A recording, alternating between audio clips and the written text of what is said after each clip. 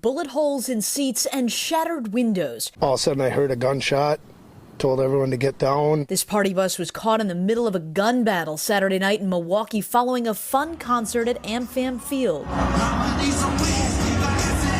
As the group of 12 passengers headed home to Green Bay, they dodged bullets near 35th and Clybourne. Luckily, no one was hurt. Tuesday, Milwaukee's mayor sounding off. Anytime incidents like that happen, it pisses me off.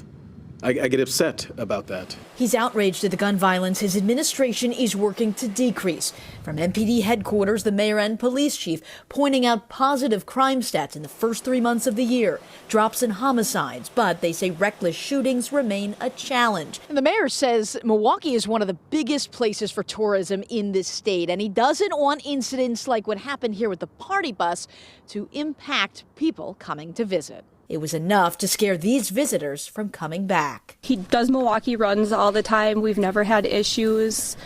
We will not go back at night.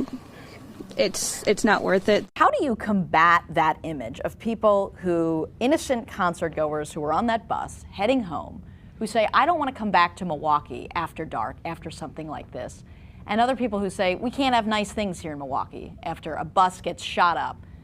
How do you respond to that? For those folks who are on that party bus, I know that the police are investigating right now. When they find the people who shot the party bus, and just like when they find people who do any sort of criminal activity in Milwaukee, my expectation as mayor is that those people will be held to account for the crimes that they've committed. A message this mayor says he hopes is heard loud and clear. In Milwaukee, Hillary Mintz, WISN 12 News. Well, you heard the mayor say when those people are found. Milwaukee police tell 12 News so far police have made no arrests in the party bus shooting.